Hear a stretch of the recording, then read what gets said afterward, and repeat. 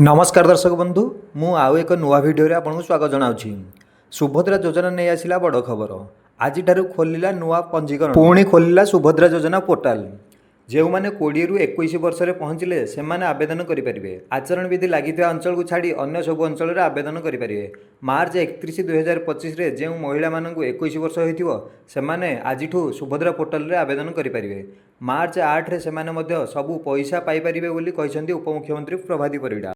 चलतु जानिबा केमिति पूरण करेंगे सुभद्रा फॉर्म। प्रथमे पोर्टाल को जी प्रथमे आधार कार्ड रे नाम लिखि आधार नंबर लिखे पर स्वामी किंबा बापा नाम लिखे जन्म तारीख स्थान में आधार कार्ड थिबा जन्म तारीख लिखे पर जाति संपर्क थिबा बॉक्स रे टिक मारिबा को पड़ियो। मोबाइल नंबर बॉक्स रे आधार कार्ड लिंक होइथिबा नंबर को देई आपण विकल्प भाबे आपण अन्य नंबर मध्ये देई परिबे। तापर ठिकाना लिखि आधार लिंक थिबा बैंक अकाउंट नंबर देवाकू पड़ियो।